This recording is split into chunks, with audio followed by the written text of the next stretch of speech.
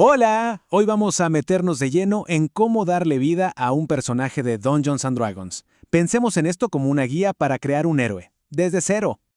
Para empezar, quiero que se imaginen esto.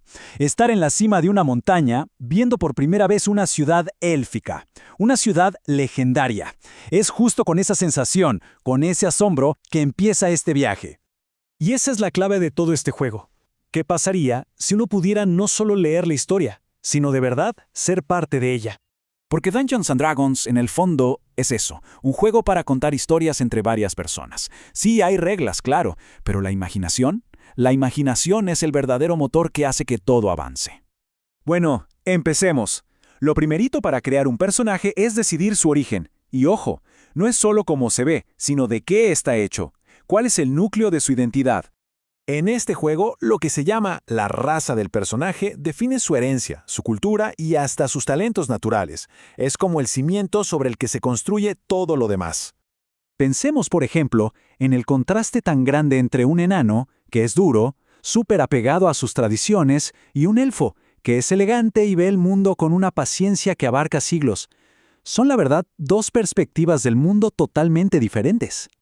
Pero claro, no todos los orígenes son tan sencillos. A veces la identidad de un personaje ya viene con un conflicto de fábrica, por así decirlo, como lo sugiere esta frase. Y este contraste a mí me parece fascinante. Por un lado tenemos al Tiefling, que carga con una herencia infernal, y por el otro al mediano, que solo quiere la tranquilidad de su hogar. Las historias que pueden salir de aquí son increíblemente distintas, desde una lucha contra el prejuicio hasta encontrar la aventura en las cosas más simples. Y las opciones, por supuesto, no terminan ahí. Está el semiorco, que lucha por ser aceptado, el humano, que siempre busca más. Cada elección abre un mundo nuevo de historias por contar. Muy bien, ya tenemos el origen. La siguiente gran pregunta es, ¿y a qué se dedica? ¿Cuál es su profesión, su vocación? Eso que define lo que sabe hacer. Esta elección es clave porque responde a la pregunta, ¿cómo va a enfrentar los problemas que se le presenten? ¿A los golpes, con astucia o quizás con algún poder misterioso? Aquí tenemos, por ejemplo, a los campeones de la fuerza. El guerrero se basa en su entrenamiento y disciplina, el bárbaro en su furia salvaje, y el paladín en el poder que le da un juramento sagrado. Todos pelean, sí, pero sus razones y sus formas son completamente distintas. Y pasa algo muy parecido con los que usan magia. Su poder viene de lugares muy diferentes. El mago se la pasa estudiando en una biblioteca, el brujo hace un pacto con un ser de otro mundo, y el hechicero bueno, él simplemente nace con la magia en las venas.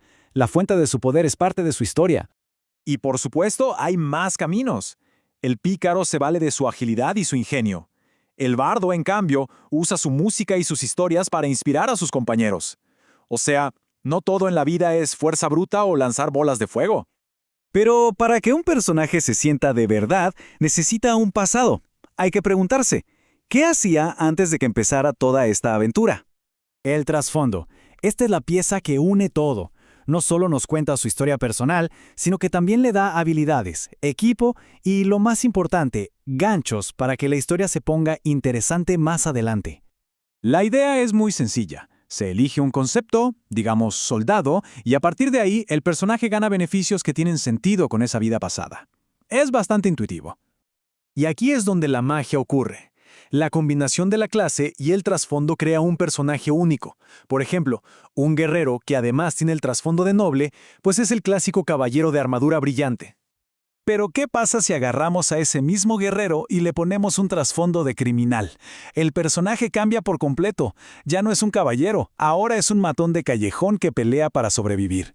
La clase es la misma, pero la historia es otra cosa.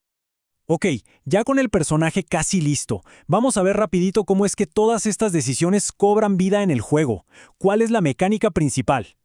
Esta es básicamente la regla de oro. Cuando se intenta hacer algo y no se sabe si va a salir bien, se lanza un dado de 20 caras. A ese resultado se le suma un numerito que depende de qué tan bueno es el personaje en eso.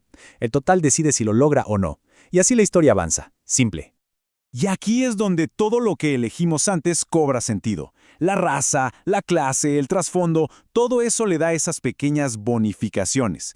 Por eso un enano guerrero va a ser bueno en pruebas de fuerza y un elfo pícaro va a brillar en cosas de agilidad. Entonces, con estos tres pilares, Origen, vocación y pasado, el personaje está listo. La base ya está puesta. Ahora solo queda lo más emocionante. Porque al final del día, cada personaje es una pregunta abierta. Es una promesa de aventuras. El héroe ya está listo. La verdadera pregunta es, ¿qué historia nos va a contar?